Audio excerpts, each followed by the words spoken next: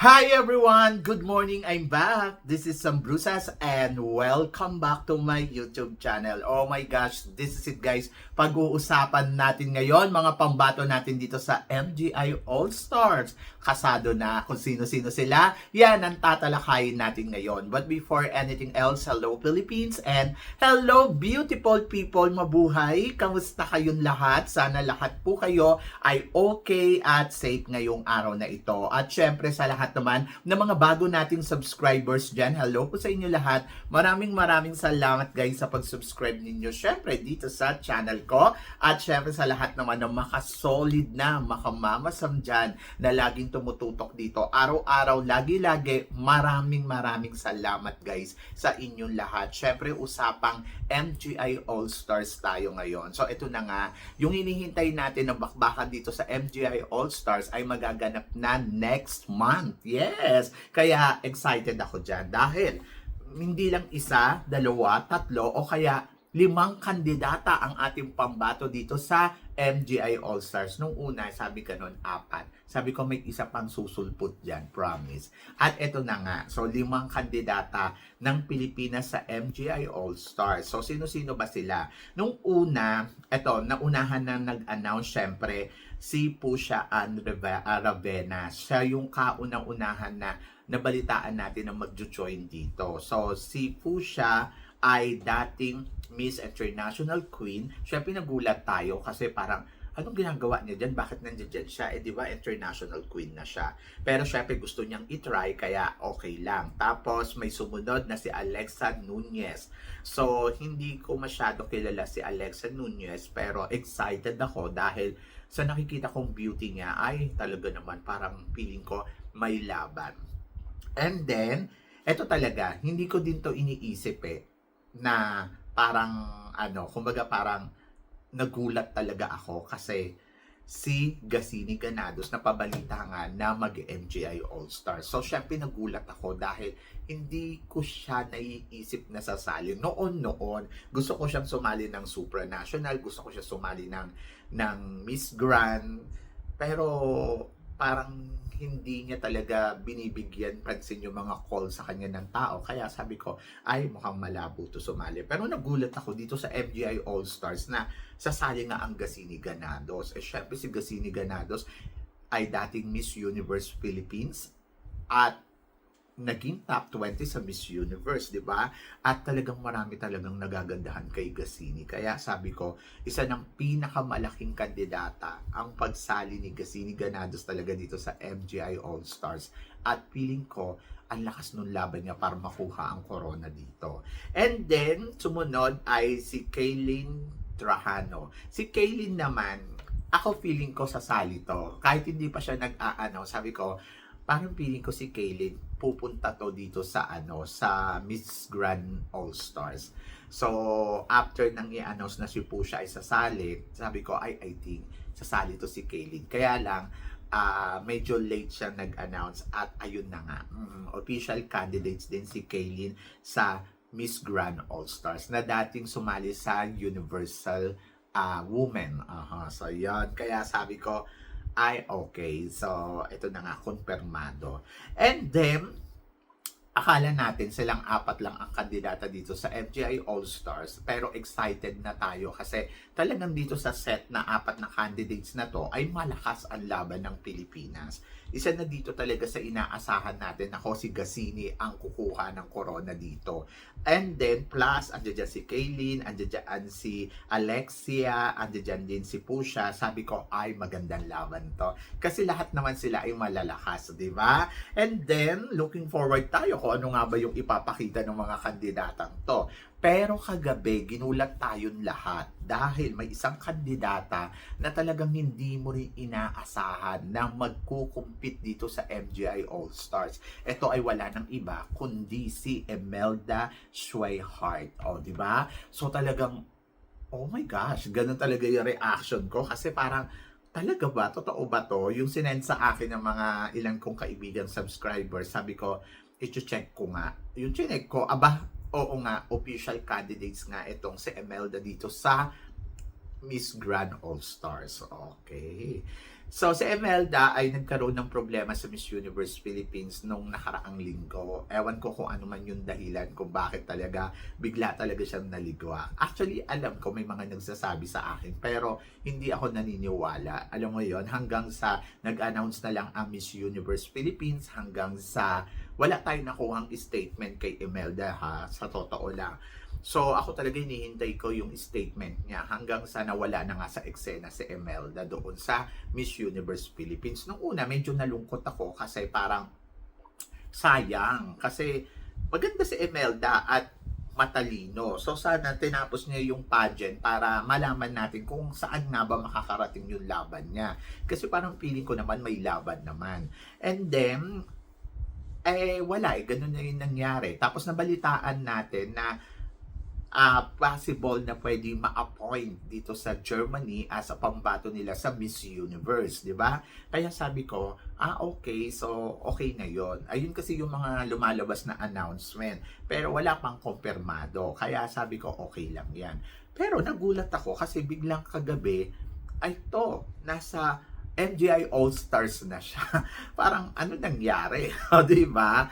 So, tingin ba ninyo ang pagpasok dito ni Emelda ay makakabuti talaga sa kanya?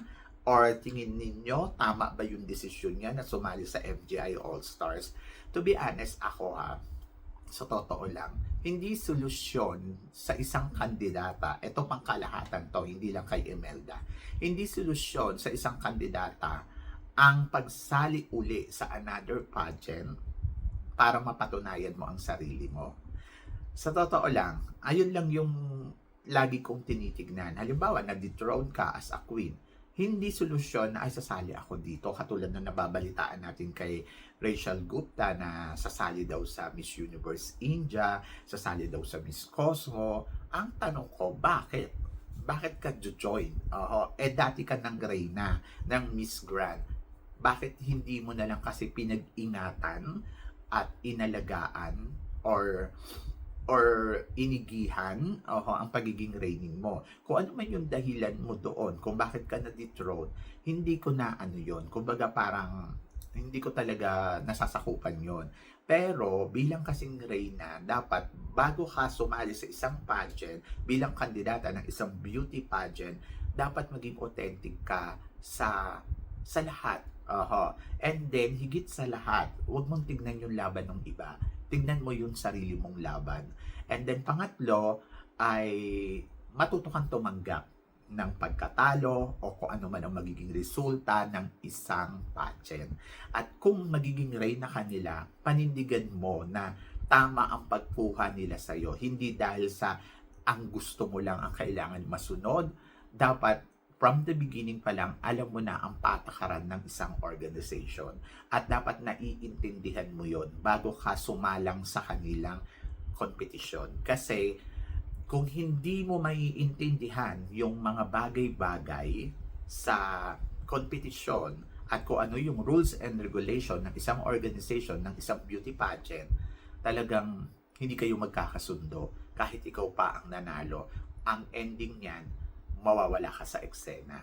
At pag once na nangyari sa iyo yon, kahit saan kang pumuntang pageant, kung hindi mo binabago ang sarili mo, wala din mangyayari.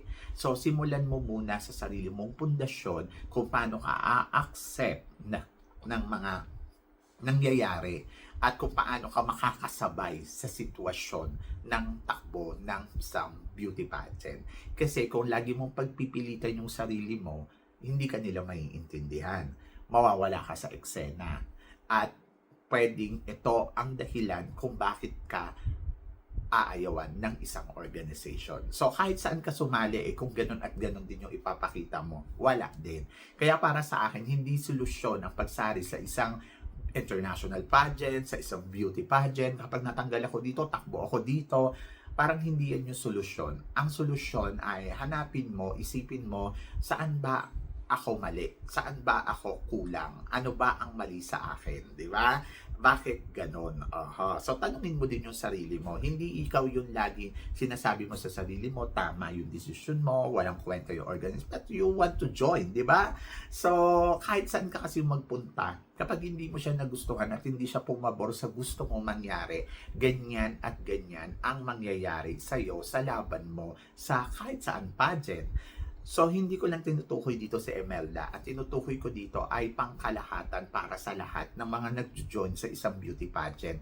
Kasi, kaya nagkakaroon ng problemang ganito dahil hindi sila nagmi-meet halfway. And then, hindi sila nagkakaintindihan kung ano nga ba ang rules and regulation at kung hanggang saan ka bilang isang kandidata. Tama nga naman, kung ayaw mo, edi huwag kang sumali. Pero, hindi mo po pwedeng pairalin lagi yung attitude mong ganun kasi ikaw at ikaw ang masisira. Kahit sabihin mo pa, tama yung ginawa mo, tama yung naging desisyon mo, pero ang ending kasi ikaw pa rin yung masisira at ikaw yung mapapahamak sa sitwasyon. And then, ayun. So, nandito na nga si Imelda sa MGI All-Stars na kinagulat natin lahat. So, I hope na sana prepared siya sa magiging laban niya dito. Sana, kasi parang pagkatapos niya dito sa Miss Universe Philippines, parang feeling ko hindi niya nabigyan yung sarili niyang mag-isip ng ano ba yung dapat talaga para sa kanya. Pero syempre, since na nandito na siya, syempre susuportahan natin siya ng bonggang-bongga. At ayun nga, aalamin natin kung gaano ba siya kahanda sa laban na to. I hope na sana sa pagsali niya dito sa MGI All-Stars, hindi masayang yung laban niya.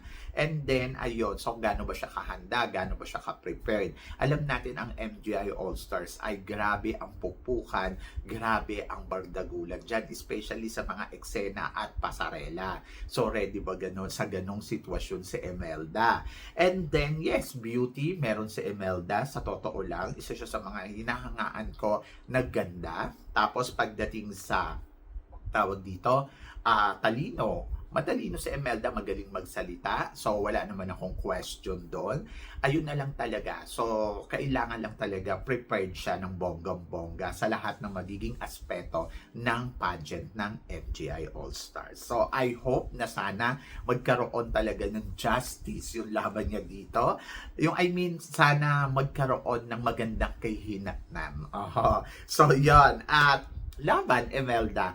Hinahangaan ko si Imelda sa tibay niya at sa, alam mo yon na parang yung pananaw. So, yon. Isa siya sa mga talagang hinahangaan ko sa ganon. And then, let's see. At na-surprise ba kayo? Kasi ako nagulat ako Parang ano to agad-agad. So sana binigyan niya ng time yung sarili niya na mag-prepare. Siguro dahil may evening gown na siya na alam mo yon na parang ayaw niya rin masayang yung pinaghandaan niya sa sa pageant ng Miss Universe Philippines. Malay mo, meron na siyang national costume doon. Oo nga, no? Walang national costume ngayon ang Miss Universe Philippines.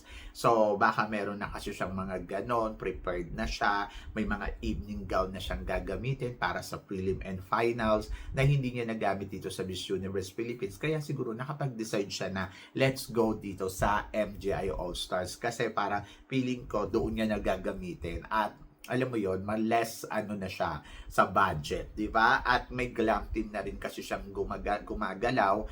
So, parang feeling ko, ayun na, piniprepared niya na yung sarili niya. Kumbaga, ready na siya. Kasi nga, galing siya sa Miss Universe Philippines. And then, kaya siguro nakapag-decide siya na sumali dito, na agad-agad. Pero, ang gusto ko mangyari sa kanya ay mag-training siya in terms of pasarela. Kailangan niya ihanda yung sarili niya sa pasarela. Kasi alam naman natin, ang MGI ay talaga more pasarela. Tapos, sa mga pasabog, ayun. So, kailangan i-prepare niya. May ilang linggo pa naman siya na parang mapaghandaan niya yon. Kumbaga, parang yung beauty naman niya ay handang-handa na. So, yan. So, I'm so excited for her. And sa lahat ng mga lumalaban dito, kala Pusha, kala Alexia, kay Kaylin, at saka syempre kay Gasini Ganados. Pero ikaw ang tatanungin ko, tingin mo tama nga ba ang pagsali ni Imelda dito sa MGI All-Stars? And then tingin mo malakas ba ang laban ng Pilipinas ngayon dito sa MGI All-Stars para makuha natin ang corona ng kauna-unahang edition na to? At ano nga ba ang inaasahan mo sa organization ng MGI All-Stars at syempre sa mga kandidata natin na lalahok dito. So please comment below para at least malaman ko naman kung ano naman ang chika mo dito sa mga pinag-uusapan natin ngayon. So yon. So syempre maraming salamat po sa inyong lahat sa support at pagmamahal na binibigay ninyo syempre dito sa channel ko. At sa mga hindi pa nakaka-follow at nakaka-subscribe, please don't forget to click like and subscribe my channel at i-click nyo na rin po ang notification bell to more updated syempre sa aking mga chika. Sabi ng ganon, always keep smiling and laban lang. So guys, hanggang dito na lang. Hanggang sa muli nating chikahan. See you tomorrow. Thank you guys.